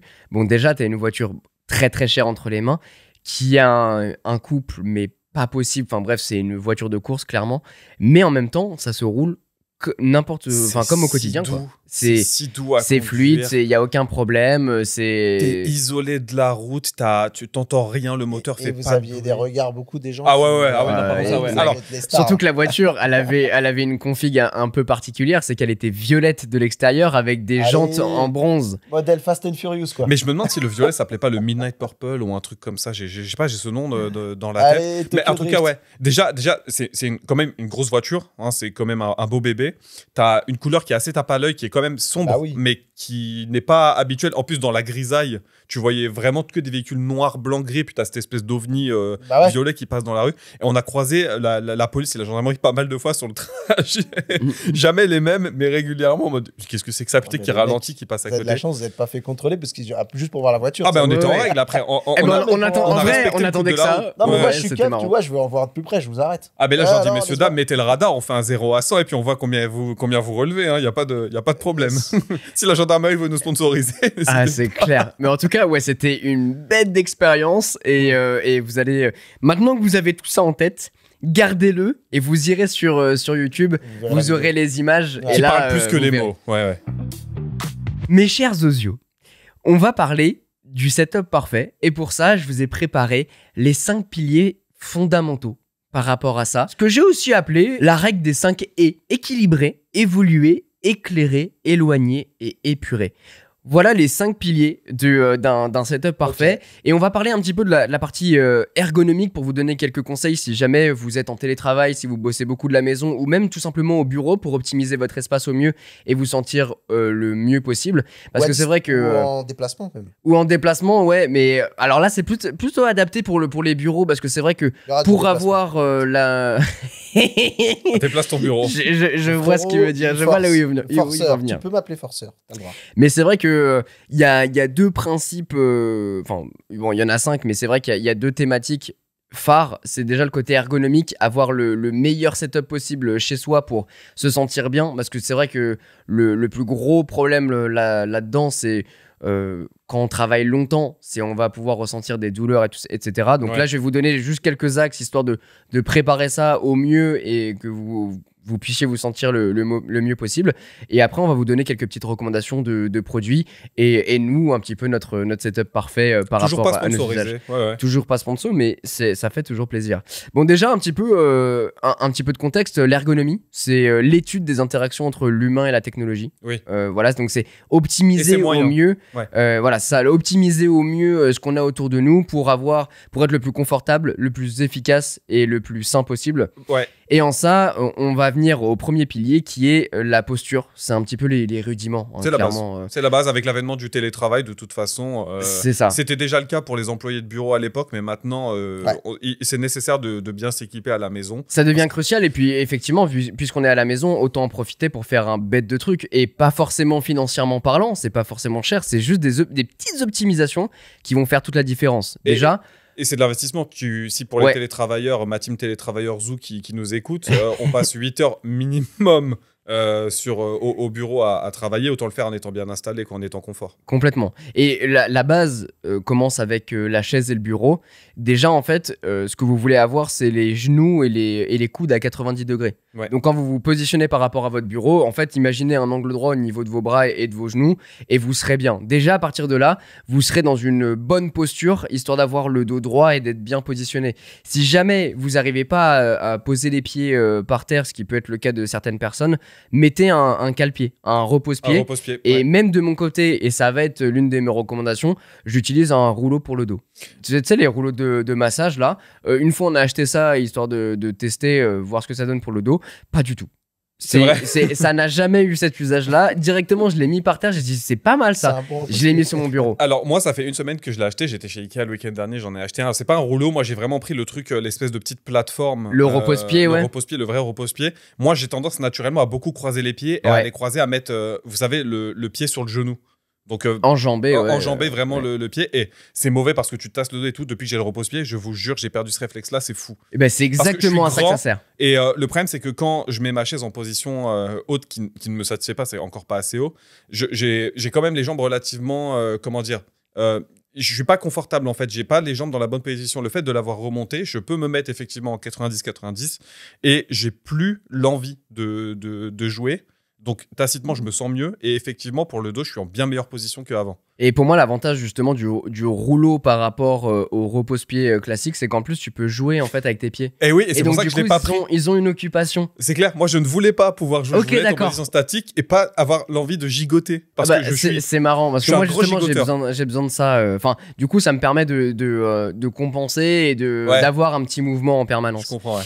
Donc, on veut avoir les coudes qui reposent sur éventuellement les accoudoirs de notre chaise. Et en fait, après, on va rapprocher notre souris et notre clavier pour pouvoir les avoir le plus proche possible. Et en fait, ce qu'on veut surtout pas, c'est au niveau de la souris, les mouvements, ils doivent être faits avec notre avant-bras, globalement, notre coude qui se déplace et pas le bras. Ouais, coude au repos. C'est ça. Si jamais on doit déplacer le bras, c'est là que vous allez pouvoir, vous allez vous faire mal. Ça Donc, s'applique pas à vos séances de Counter-Strike ou de League of Legends. Hein. Ça, c'est Non, vraiment bien sûr, pour, là c'est vraiment pour bosser, ça c'est une certitude. Donc ça c'est vraiment les rudiments. Et il y en a un autre que vous avez, donc ça généralement on a déjà des notions parce qu'on en a déjà entendu à droite à gauche. Il y a deux trucs par contre qui sont, il y a un truc véritablement qu'on fait pas forcément, c'est au niveau de l'écran. Généralement on a tendance à mal caler l'écran et en fait ce que l'ergonomie nous dit d'après les tests notamment de l'INRS et tout ça, c'est d'avoir en fait le positionnement des yeux en haut de l'écran. C'est ça. Et ce qui nous permet d'avoir une toute petite le visage qui va se baisser un tout petit peu pour regarder l'écran et en fait c'est ça qu'on attend pour éviter d'avoir des douleurs cervicales et tout ça. Et le dos bien droit, ouais, donc il faut pas hésiter à bien rehausser son écran. En général, on voit pas l'écran trop, on le voit souvent trop bas. Donc pas hésiter à le mettre quasiment. Alors ouais, le haut de l'écran au niveau du regard. Enfin, donc quand vous regardez tout droit, il faut que le haut de votre écran C'est soit ça. pile poil devant Et vos si yeux. jamais vous avez deux écrans, l'idée c'est d'avoir les deux écrans vraiment en face de nous, soit en V, soit tout droit, mais vraiment que ça soit la même dynamique qu'avec un écran. Ouais, l'écran, premier écran en face et l'autre à droite, parce qu'on veut pas regarder soit tout le temps à gauche, soit tout le temps à droite. Et c'est tout à fait ça. Et en parlant de dynamique, ça c'était pour les rudiments de la posture. Pour le deuxième principe, le deuxième pilier, c'est l'importance des pauses. Et on va appeler ça des pauses actives, notamment pour se déplacer toutes les heures. Ça, c'est des recommandations. Si vous avez des montres connectées, ils vous disent toujours lève-toi au bout d'une heure. Sinon, et tout ça. sur votre PC, petit chronomètre, ça marche aussi. Hein. Aussi. Petit minuteur. C'est ça. Après, on va. Je sais pas si vous le faites beaucoup, vous, mais c'est s'étirer un petit peu. Moi, je sais que je fais pas mal rouler les épaules ou le dos. Et ça, c'est des trucs qui est une grosse recommandation l'INRS également. Alors, l'INRS, pour vous remettre dans le contexte, c'est l'Institut national de recherche et de sécurité qui ont fait du coup beaucoup de tests par rapport à l'ergonomie qu'on peut avoir sur notre bureau de manière générale et des guides sur l'ergonomie sur les postes informatiques. Donc voilà, s'étirer un petit peu, se déplacer toutes les heures. Et il y a une règle qui s'appelle la 20-20-20.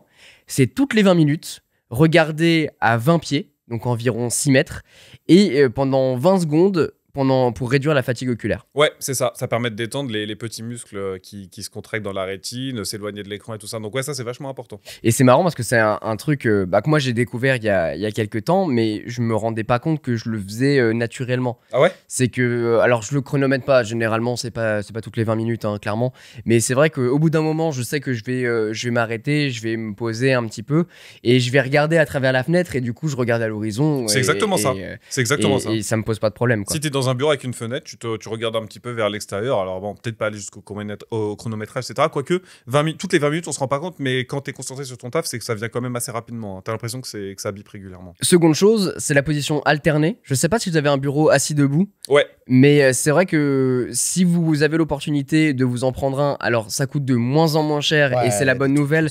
Et on va vous recommander des produits juste après. Sinon, si vous n'avez pas l'occasion d'avoir un bureau motorisé, vous pouvez même prendre des tréteaux que vous déplacez pour avoir la position optimale parce qu'après, pour pouvoir les monter, c'est compliqué. Le seul truc, c'est si tu te retrouves entre deux crans, ça c'est chiant. Ouais, ça c'est un peu chiant. Après, il faut ajuster avec la chaise. Sinon, vous avez l'opportunité de prendre des bureaux avec des manivelles. Oui, ce que j'allais dire, ouais. Il y a un autre mécanisme aussi à vérin si jamais vous voulez avoir une version un peu plus abordable. Donc ça, c'est des choses qui peuvent se faire. Et c'est une étude de l'université de Waterloo qui prouve que l'alternance assis debout, ça améliore en fait la concentration et réduit la fatigue.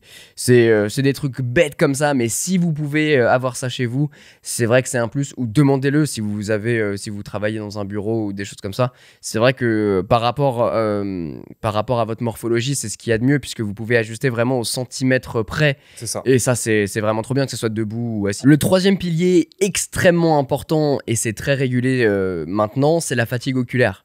On connaît tous les effets néfastes de la lumière bleue qui peuvent entraîner du coup des maux de tête, de la fatigue, moi clairement qui me colle des migraines de dingue. Pour contrer ça, alors il y a un truc qui a vachement popé ces derniers temps, c'est les lunettes lumière bleue que j'utilise, oui, anti-lumière bleue, que j'utilise personnellement. Apparemment, d'après Harvard Health, leur efficacité est très très limitée. Ouais.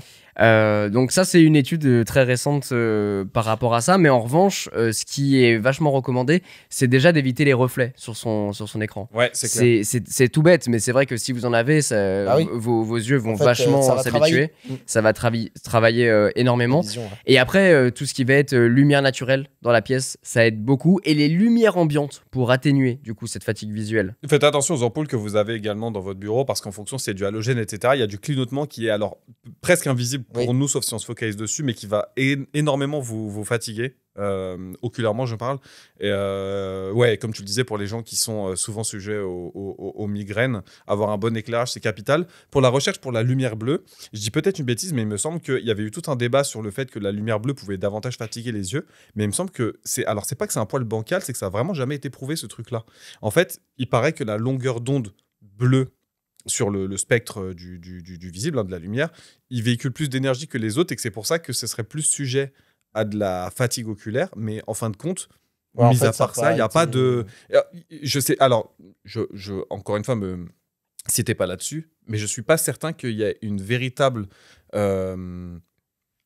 lien entre l'utilisation, enfin les écrans à la lumière bleue, qui émettent beaucoup de lumière bleue, et la fatigue oculaire en général. C'est un peu comme le sujet des Wi-Fi et des ondes, où il y a des études qui se contredisent les unes. Ouais, on aura peut-être le fin mot, un truc comme ça. En tout cas, ce qui est sûr, c'est qu'il y a des modes maintenant qui se développent, comme le mode Night Shift, qui justement est recommandé d'être activé pendant les périodes soit de travail, soit avant de dormir, pour justement réduire du coup la lumière bleue et éviter la fatigue. Et le sommeil, améliorer son sommeil. Et améliorer le sommeil. La lumière vive des écrans au moins une heure avant d'aller dormir. Ouais. Après, il y a le réglage de la température des couleurs. Tu parlais aussi des ampoules, c'est très important, mais on va vous recommander des produits par rapport à ça. Augmenter le taux de rafraîchissement aussi. Un écran 120 Hz, vu que c'est plus fluide, ça nous permet de réduire la fatigue par rapport aux écrans 60 Hz. En fait, ça a moins balayé de manière invisible, et en fait qui crée moins de fatigue. Les yeux, ouais. Le quatrième pilier, on arrive à la fin, c'est la bonne distance. Avoir une bonne distance avec son écran, et ça c'est un truc que je savais pas, ça a été prouvé d'après du coup l'INRS, l'Institut National de Recherche et de Sécurité, ça doit être entre 50 et 70 cm.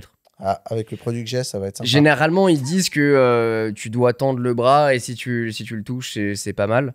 Mais 50 avec le bras tendu, ouais. Oui, le bras tendu, pardon. Dans un cas, c'est compliqué. Donc ça c'est clair.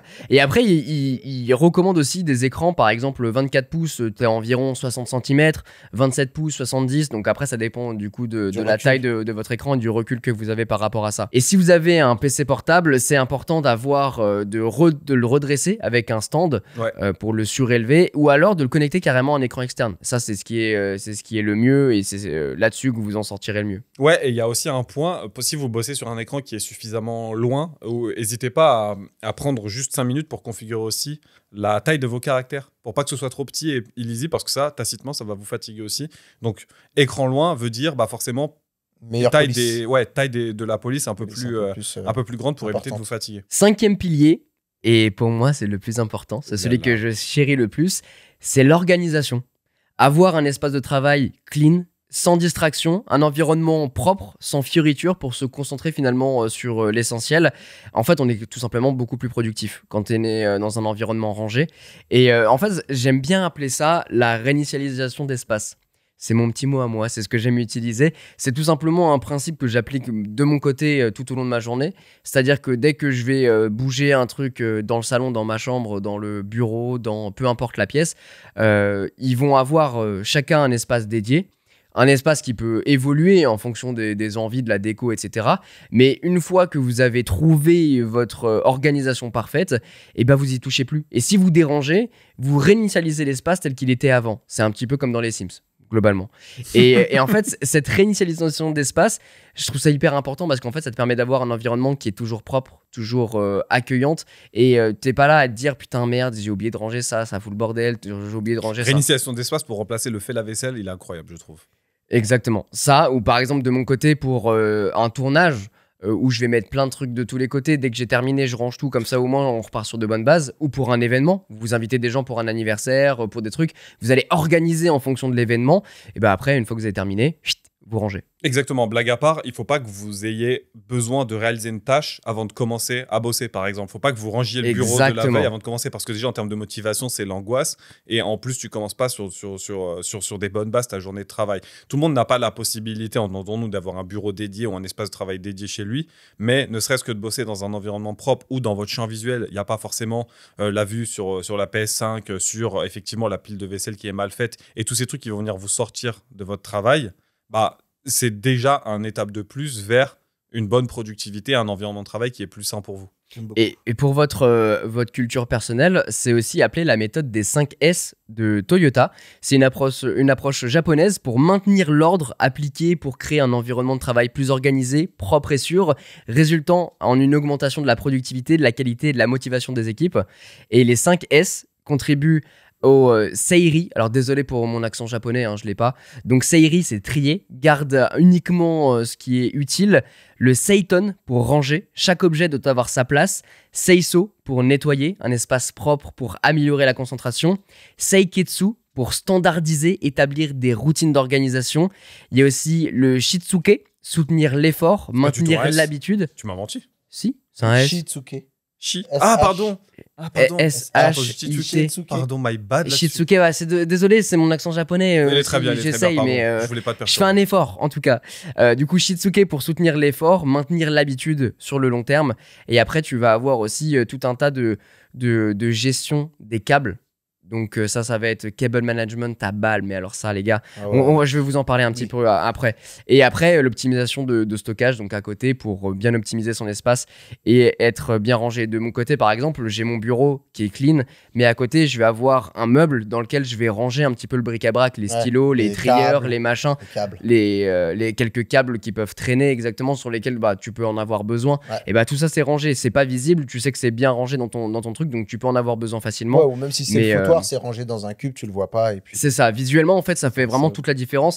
Et soigner son environnement de travail, en fait c'est beaucoup mieux. Et à ça je pourrais même rajouter que le personnaliser un petit peu plus pour que ça corresponde à notre routine, que ça corresponde juste à notre environnement, ce qu'on aime bien, ça va être rajouter des plantes, ajouter de l'odeur aussi. Moi j'aime bien rajouter des petits bâtonnets rituals avec de l'encens. Mais je suis pas sûr que c'est ça pour les bonnes raisons, Mathieu. Rajouter aussi de la décoration. Moi, ça va être à travers de figurines cause ou des cadres. Rajouter de la couleur pour... par exemple, je sais que le jaune, ça stimule vachement la créativité. Alors que le bleu et le vert, ça va être plus pour le côté apaisant, la concentration. Et un élément aussi très important, c'est la température. Généralement, on dit qu'autour des 20 degrés, on est dans un... Je crois que c'est 19, c'est ça. 19-20, C'est une bonne atmosphère de travail. Donc, c'est vrai que je sais que quand vous êtes au bureau, par exemple, essayez de personnaliser votre bureau le mieux que possible en mettant des petits trucs à droite à gauche pour que ça soit plus votre identité. Ouais, si c'est possible, vous avez un bureau parce qu'il y a plus en plus de flex office où t'arrives et tu trouves de la place. Mais globalement, il faut que vous sentiez bien, quoi. En fin de compte, il faut que chez vous ayez... faut pas que ça soit trop déshumanisé, quoi. Ouais, c'est pas non plus Minority Report, quoi. Faut pas que ce soit que du noir et blanc, mais effectivement que ce soit un espace où vous soyez bien, où vous soyez, dans un bon état d'esprit pour votre journée de travail, quoi. Un setup parfait, quoi qu'il en soit, c'est un setup qui s'adapte à vous. Après, on en parlait, l'ergonomie, le dynamisme, le confort visuel, la distance optimale et l'organisation.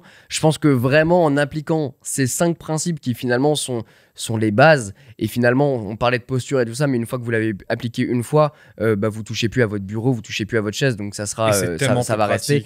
C'est beaucoup plus pratique et surtout vous maximisez à balle votre productivité et votre bien-être quand vous travaillez. C'est ça.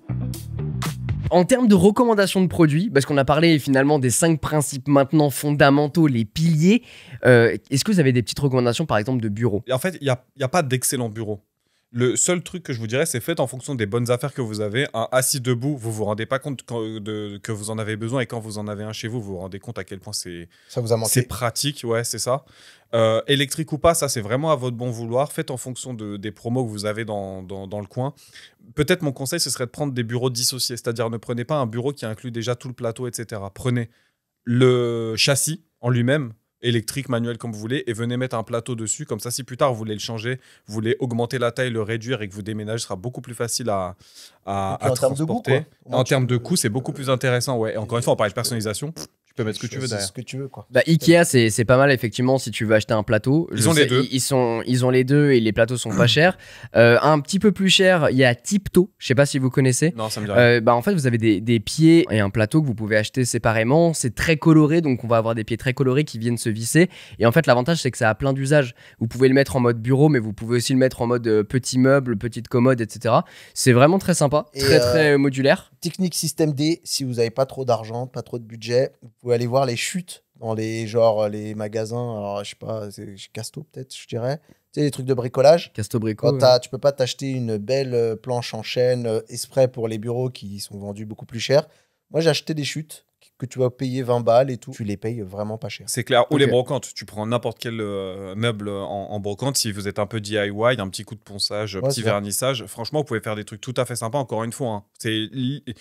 L'idée, c'est que ce soit correspondant à vos besoins et à vos budgets. Mais faites ce que vous voulez derrière en termes de personnalisation. Ouais. C'est comme ça que vous vous sentirez bien. Sur le bureau motorisé, j'ai noté FlexiSpot. Moi, c'est ce que j'utilise. Et Ouais, ils c'est sont la des marque la très plus très bonnes connue, hein. affaires. Genre 200 balles, tu peux en avoir. T'as des trucs, vrai, je te dis, à 100 balles, un peu moins de 100 balles. Et finalement, qui sont assez silencieux, ça va. Pour ce qui est des chaises, pour moi, c'est le plus gros investissement à faire, clairement. Parce que bon, Ouais. on parle de la posture. La posture, c'est bien. Une fois que vous l'avez adoptée, c'est cool. Mais vraiment, une bonne chaise, moi, j'ai mis beaucoup de temps à en trouver une qui correspondait en tout cas à mon usage. Une chaise, c'est une chaise qui se règle. C'est les rudiments.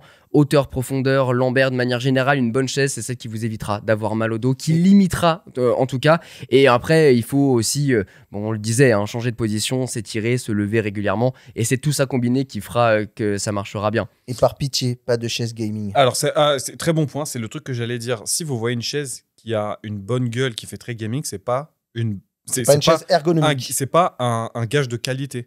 Ok. Ouais. Ah, Si moi, vous ça me avez le ça me choix, flinguait le dos, clairement. Bah voilà, si vous avez le choix entre au même prix une chaise gaming Une et chaise une ergo. chaise bureautique ergo, prenez la chaise bureautique. Faut pas oublier oui. qu'elles sont créées par des sociétés qui exploitent des gens 14 heures par jour pour produire un travail et pour être le plus productif possible. Elles sont pas créées pour avoir l'air cool, elles sont créées pour que vous soyez bien dedans.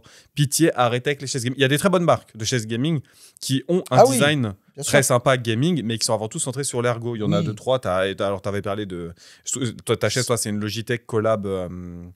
C'est avec qui la collab? Avec Herman Miller. Avec Herman Je vais Miller. en parler, Herman ouais. Miller, excellent. Il y a Herman Miller, DX Racing. c'est- Des X-Racer. Bah, ça, c'est ce que X-Racer. j'avais, mais ça, par contre, ça te flingue le dos. Ah oui, Alors, ça, mais y a pas, c'est- tout est pas génial. Non. T'as à boire et à manger dedans, mais il y en a des bonnes quand même. Et il y a Secret Labs, il me semble, Ouais. dans les marques. Mais alors, Secret Labs, moi, qui j'ai est- Neuilly qui est la division ergo de Secret Labs. Voilà, Alors, de mon côté, par exemple, bah, j'avais testé la DX Racer, franchement, au bout d'un moment, non. catastrophe. De mon côté, ce que je peux vraiment vous recommander, il y a deux types de chaises. Les chaises ergo, moi, je peux que vous recommander du Herman Miller. Ça coûte cher, mais maintenant, il y a beaucoup de seconde main sur ces produits parce que c'est des produits qui existent depuis des dizaines d'années et qui n'ont pas bougé. Ouais. Donc, allez voir. Franchement, cherchez, il y a beaucoup de bonnes affaires. Il y a un site qui s'appelle, je fais pas de pub, mais un site juste, alors, pas sponsor, mais Adopte un bureau. Et ils ont souvent du t'as raison. reconditionné. Ouais, exactement. Voilà. Et après, il y a beaucoup de bureaux à Paris qui, par exemple, qui déménagent, qui En font que déménagement, ouais. qui dégagent leurs trucs. Enfin bref, il y a beaucoup de bonnes affaires à faire là-dessus. Il y a Steelcase aussi qui fait des très bonnes chaises avec les Series 1. J'ai pu les tester. Côté ergonomie, c'est pas mal. C'est cher. Les Herman Miller, je peux vous conseiller la Humbody, celle que j'ai. Mais là, pour le coup, en termes de budget, c'est très cher. C'est 2000 €. Ouais. Il y a la Aeron sinon, ou la Sail, c'est 650 ou 1200 €. Donc voilà, il y a des choses à faire, On est sur mais du très allez bien, allez on n'est chercher. pas obligé de mettre ces budgets-là pour avoir une bonne chaise. Ouais, Si clairement, vous l'avez, complètement. allez-y. Moi, pour juste vous donner un exemple, j'ai une Neuilly qui a coûté 700-800 balles, qui est aussi très bien. Et il y a un deuxième truc que je voulais aborder, c'est si jamais vous bougez vraiment pas et que vous n'avez pas l'occasion de vous déplacer. Tout ça, il y a tout ce qui va être balles de yoga ou les Bloon. C'est une marque parisienne qui coûte 189 €. C'est un ballon sur lequel tu peux te déplacer un petit peu. Tu as une bonne posture du coup là-dessus et ça te permet de te mouvoir un peu plus. Ça, j'ai essayé. Moi, j'arrive pas vraiment. Les ballons, j'ai besoin d'un dossier en fait. J'arrive pas à rester. Ça dépend vraiment du mood, mais ça peut fonctionner. Après, l'essentiel pour moi, ça va être le cale-pied derrière une fois que tu as ta chaise. Donc, Rewan, vous parlez du repose-pied. Ça peut être du coup le rouleau de massage, comme je vous en parlais, ou alors tout simplement des ramettes de papier que vous foutez en dessous pour juste surélever les pieds. Ouais. Après, attention sur le repose-pied, vous faites pas avoir. Prenez un truc à 20 balles sur Amazon. Après, ça dépend si vous voulez du design ou pas, mais ça peut aller de 5 € à 200, 300 € pour des trucs fancy, quoi. Prenez juste un sur lequel vous pouvez régler l'angle si vous voulez avoir les pieds pas à plat, mais plutôt avec légèrement inclinés vers vous. Bon, moi, le mien que j'ai chopé chez Ikea, il a coûté entre 20 et 30 €. Enfin, voilà, c'est du premier prix.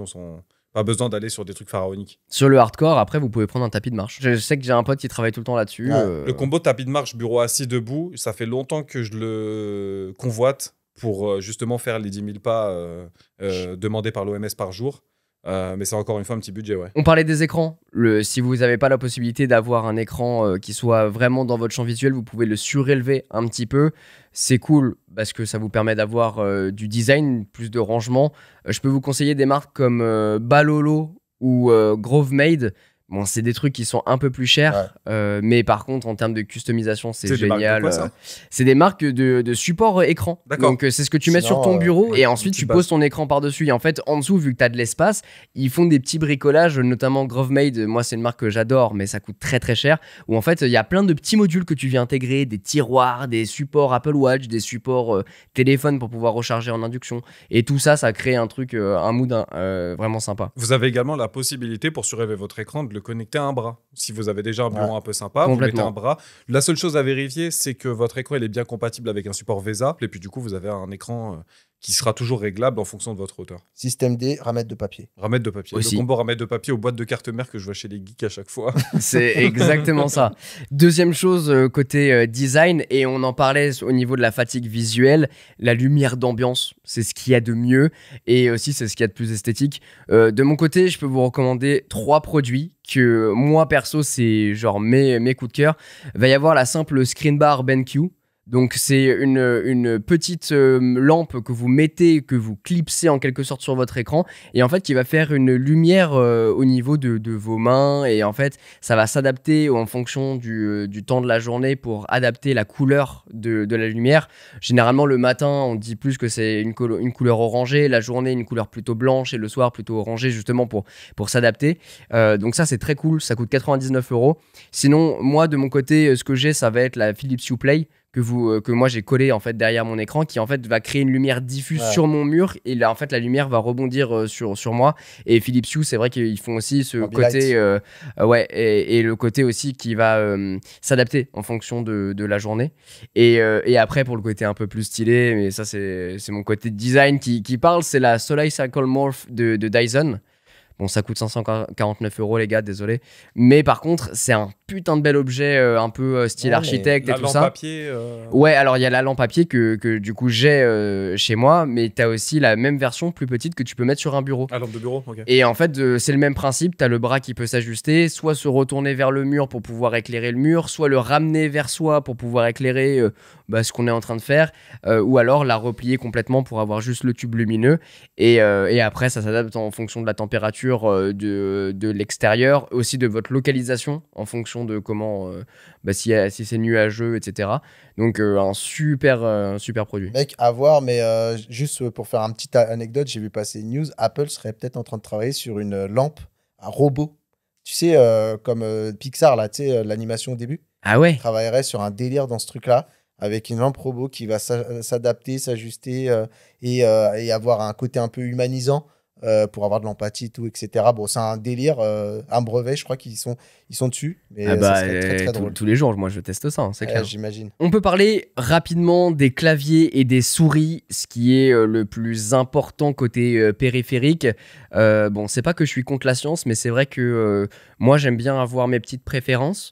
Donc moi, ce que je peux vous recommander, c'est soit le clavier Apple de base qui a un retour des touches très rapide, et donc du coup ça permet, voilà, ça y est, ça commence. Quel enfer, Je vais ce m'énerver. clavier. Le clavier est incroyable, clairement.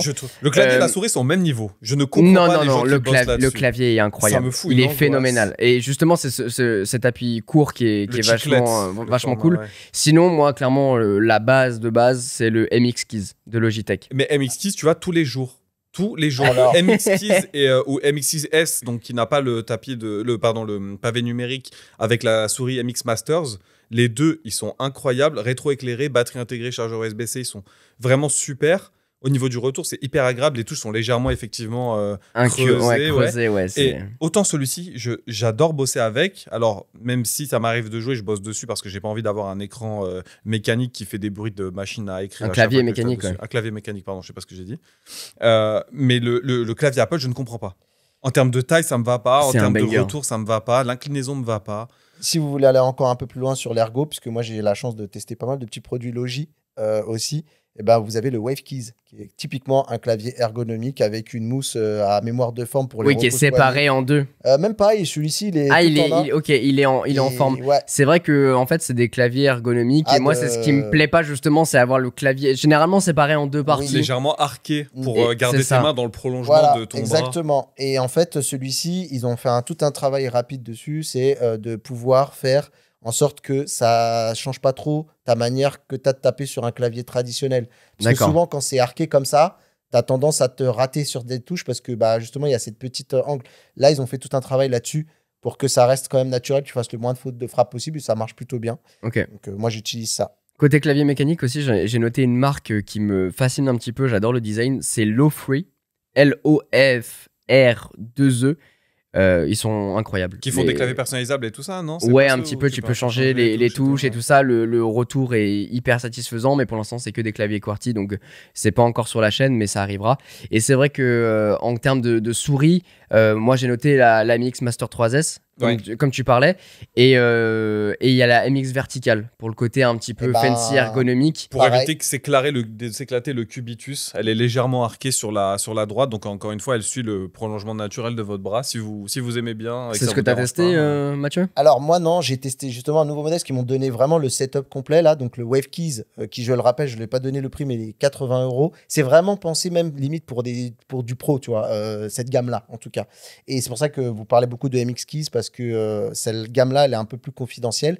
Et vous avez la souris, la Lift, qui est une souris verticale que j'utilise tous les jours, que j'aime beaucoup, qui est vendue alors 80 € là, elle est en promo au moment où je regarde. Et il y a plusieurs coloris, rose, machin, mais qui est vraiment encore une fois pensée pour l'ergo.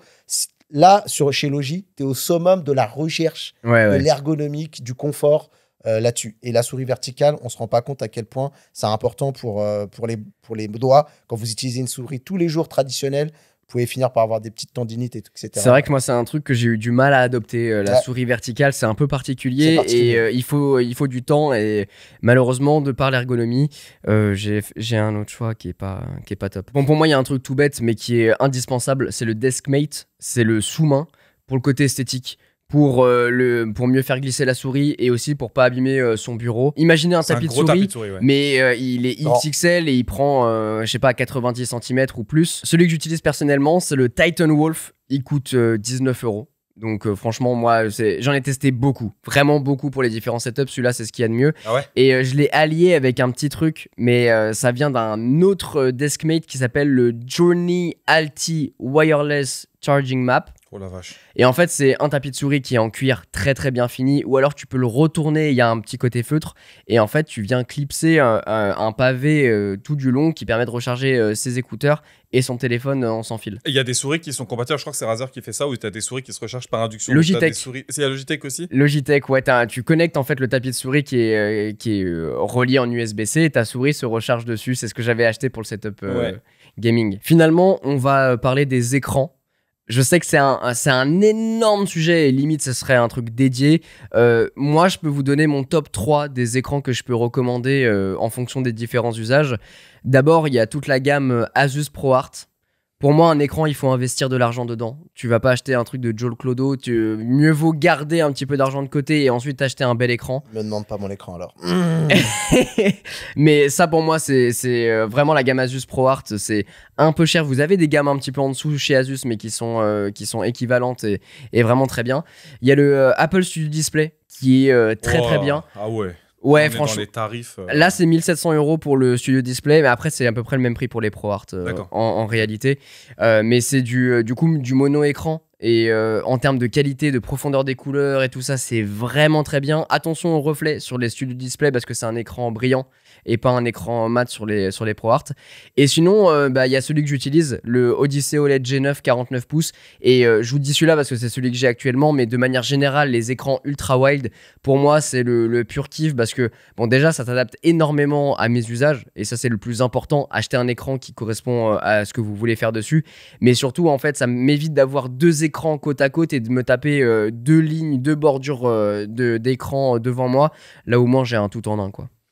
Allez voir du côté de chez Dell aussi. Ils ont des trucs pro, donc pas mal. Je les ai vus il y a pas longtemps. Ils ont présenté leur nouvelle gamme. Par contre, je m'excuse auprès de Dell. J'ai oublié le nom du modèle que j'avais en tête, mais qui ont des choses aussi intéressantes. Dans les spécifications techniques, maintenant, le standard, ça devient le 90 Hz, 90 images par seconde. En dessous, vous êtes sur du 60, donc pour la fatigue, ça va pas être génial. Et souvent, maintenant, ces nouveaux standards, ça coûtera pas beaucoup plus cher. Le incurvé, si vous aimez bien, ça, on s'y prend, mais pour les écrans à partir de 27-28 pouces, ça commence à devenir intéressant. Ouais. Et vous avez aussi des écrans qui vous fournissent la prise USB-C avec alimentation. Si vous avez un setup où vous êtes sur un PC portable d'entreprise ou perso et que vous voulez pouvoir le brancher et charger et envoyer la vidéo en même temps, ça peut être une piste intéressante. Ça va vous faire un setup très épuré, pas beaucoup de câbles qui traînent. Et puis derrière, vous pouvez juste connecter le tout en un, ça sera assez facile. Côté dalle, faites attention aux dalles VA, sauf sur certains paramètres HDR, parce que le VA, ça va créer des reflets entre votre droit et votre œil gauche, surtout sur les grands écrans. Privilégiez la dalle IPS ou OLED si vous avez les moyens. Ça va être vraiment... cher, en général, ouais. Ça va être le meilleur pour avoir à la fois du contraste assez profond, mais surtout éviter les reflets dus au fonctionnement natif de la dalle. Transition toute trouvée, le cable management, hyper important. Les gars, franchement, faites un effort dessus. Parce que ça va vous prendre du temps sur l'action, mais après, ça va pas bouger. Et putain, mais quel kiff de rentrer dans un endroit où il n'y a aucun câble sous ton bureau. Moi, franchement, je me suis fait chier. Et d'ailleurs, c'est marrant parce que j'avais fait une vidéo là-dessus quand j'ai emménagé. C'est une vidéo qui prend tout le temps des vues parce que les gens sont trop curieux de ça. Et donc, franchement, faites-le. Mettez-vous un coup de pied au cul, faites-le, vous allez kiffer. J'ai 2 conseils tout simples. Vous prenez, vous savez, les espèces de grilles que vous pouvez fixer en dessous du bureau. Vous mettez une multiprise dedans pour tous vos appareils, votre base, etc. L'alimentation de votre écran. Du coup, même sur le assis debout, vous aurez juste un câble qui va monter, qui va redescendre. Et, alors, je l'ai spoilé un petit peu dans la première partie, la base la docking station pour votre ordinateur. Si vous n'avez pas un écran nativement qui prend en charge ce genre de fonctionnalité, vous prenez une marque comme Ugreen qui en ont des à 50 € qui font très très bien le taf. Vous branchez vos écrans dessus, vous avez juste le câble qui va se brancher à votre PC en USB-C. Maintenant, l'USB-C en Thunderbolt 3.4, ça prend tout en charge. Et vous allez avoir un setup très épuré. Aucun câble qui traîne par terre. Donc en plus, pour le nettoyage et pour les pieds, c'est impeccable. J'aime quand tu me parles comme ça, Rewan. Ouais, je dis les termes. J'aime quand tu dis les termes. En tout cas, voilà un petit peu pour ces 5 principes, ces 5 piliers d'un setup parfait. C'est à mon sens ce qu'il faut respecter pour se sentir le mieux quand on bosse, pour être le plus productif et surtout pour kiffer son putain de setup parce qu'il y en a beaucoup trop qui négligent cette partie-là. Et franchement, les gars, faites un petit effort et puis vous allez voir, vous allez kiffer quoi. Ça va me faire du bien au cerveau de savoir que vous avez bien tout optimisé chez vous. Mes amis, pour terminer, je vous propose de faire rapidement une petite question des abonnés. Donc c'est vous qui... La première. Exactement. Et il faut. Et c'est Jocelyn qui nous pose sa question. N'hésitez pas, si jamais vous avez d'autres questions, à les enregistrer directement sur le lien qui est en bas en description. Comme ça, on peut écouter votre douce voix et puis interagir, tout simplement. Bonjour, je reviens juste sur ce que vous disiez par rapport au PS Portal, enfin aux consoles portables. Le PS Portal du coup a eu une mise à jour il n'y a pas si longtemps. Du coup maintenant on peut streamer directement les jeux qu'on a sur notre compte PlayStation sans avoir la console du coup PS5 de connecter ou en hors ligne. Donc maintenant même sans le raccord on peut y jouer, ce qui fait qu'elle devient beaucoup plus intéressante que avant. Voilà, c'était juste une petite mise au point sur ce produit qui pourrait être beaucoup plus mise en lumière maintenant qu'il y a cette mise à jour qui la rend indépendante. C'est pas mal en vrai.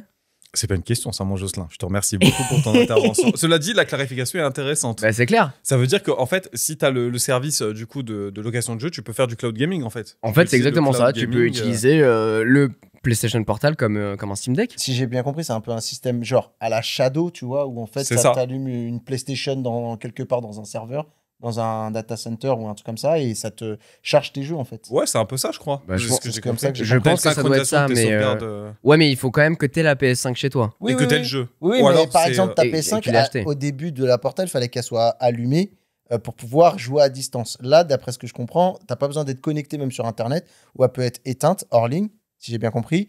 Et en fait, c'est juste qu'il y a une PlayStation quelque part chez Sony qui te charge ton jeu. C'est ça, ouais, dans leur serveur directement. Vachement intéressant. Bah, de toute façon, Now, quoi, c'est un GeForce Now, mais chez PlayStation, ouais. De toute façon, le sujet du gaming mobile, de manière générale, de l'accessibilité des jeux à distance, moi, je suis convaincu. On en parlait la dernière fois. T'es convaincu à quel point, Rewan? Je suis convaincu au point que ça y est, là, entre le podcast de la dernière fois et maintenant, c'est bon, je suis l'heureux propriétaire d'un Steam Deck OLED. On en parlera. J'ai joué le soir dans le lit. J'ai pas eu l'occasion de le prendre en déplacement, mais c'est déjà incroyable. Hein. Je m'excuse, mais pour ceux qui n'ont jamais testé, on en fera un épisode dédié, je pense, parce que pour tous ceux qui n'ont pas l'habitude ou qui n'ont pas envie d'avoir un setup complet pour jouer, qui peuvent juste le choper de temps en temps, faire une petite partie dans les transports ou dans le lit. Énorme banger. Mathieu, je crois que tu as une petite recommandation pour nous, là. Bah écoute, je voulais mettre en lumière un YouTuber. Alors en fait, le mec, il est rappeur, mais rappeur de l'ancienne génération, de bien il y a longtemps. L'époque du Wu-Tang Clan. 90, etc. Il s'appelle Roule avec Driver, donc c'est son nom de scène, Driver. C'était son nom de rappeur. Enfin, c'est toujours son nom de rappeur, parce qu'il continue à faire du rap. Mais c'est surtout aussi sa chaîne YouTube que j'aime beaucoup, qui raconte un peu pas mal d'anecdotes sur les rappeurs de ma génération. Alors, il y a des fois, c'est même un petit peu avant. Ça peut aller années 80... 90, 2000 même, par exemple. Et voilà, il y a tout plein d'anecdotes qui voilà, il a une super maîtrise du sujet. Qui tourne autour de la vie pas mal d'anecdotes. Et surtout que lui, à un moment, il a fait des allers-retours aux US.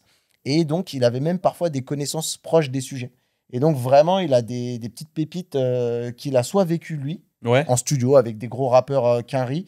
Tu vois, typiquement, allez, petite anecdote rapide, il a été dans le studio où Tupac s'était fait tirer dessus. Il a été rentré dans un studio à New York, où il devait rejoindre, c'est là où ça a éclaté la guerre entre Puff Daddy et Notorious Big et Tupac, c'est un des faits, où lui, il a été dans ce studio-là parce qu'il a enregistré du son et tout. Incroyable. Et bref, il a plein d'anecdotes comme ça s'écoute, c'est un podcast, un peu comme nous. Et c'est vraiment du storytelling, et il raconte super bien. En plus, il a la voix qui va super bien pour raconter. Ah, c'est de la vidéo, donc, c'est du podcast dans la narration, tu vois. Franchement, en vrai, tu mets la vidéo, tu coupes l'image, la vidéo. Oh non, je suis sûr, il s'est fait chier à faire des vidéos aussi avec l'audio à faire. Je te jure, en vrai, parce qu'il fait un face cam pendant 1 heure et en fait, il y a très très peu de montage. Donc voilà, si je pouvais juste lui donner un petit conseil. Alors, je crois que c'est un peu mieux, mais c'était. Si je peux donner un conseil, arrête. Non, du tout, t'es fou. Moi, j'aime bien, je suis accro. Il est fou. Mais c'est sur le micro. Mais je crois qu'il a un petit peu amélioré ce setup-là micro où au début, c'était un peu roots. Mais voilà, Roule avec Driver, une chaîne YouTube, 80 000 abonnés. Je te jure que ça mérite beaucoup plus. Donc, voilà. C'est marrant parce que rapidement, on parle de roule. Moi, je pense à la Formule 1 et ça reprend bientôt et je suis tout excité. J'ai trop hâte. Là, il va cette semaine et la semaine prochaine, ça va être le lancement des livrets. Ils vont montrer un petit peu le design des trucs. Et je crois que c'est vraiment le podcast de la Gova, celui-ci. Hein. On a parlé de voiture. C'est vrai. La voiture. Le vroom, c'est dans ce cas-là, dans le cas de l'électrique, mais... On a hâte d'entendre les moteurs. Merci en tout cas, mes petits osieux pour cet épisode. J'espère en tout cas qu'il vous a plu, que ça vous a stimulé et que vous en avez appris un petit peu des vertes et des pas mûres à la fois sur le côté setup et puis sur tous nos petits sujets. On essaie de toucher un petit peu à tout. C'est le but un petit peu de Bubble. En tout cas, n'hésitez pas à le partager autour de vous et à laisser vos petites étoiles. Ça nous aide énormément, comme d'habitude. Ouais. Partagez-nous aussi vos questions en DM sur Instagram. On va réactiver un petit peu le compte Instagram histoire de vous stimuler là-dessus, mais surtout enregistrer vos questions comme Jocelyn pour qu'on puisse interagir. Merci à Jocelyn. On se retrouve très vite pour un prochain épisode. Prenez soin de vous et à très bientôt dans Bubble. Ciao, salut.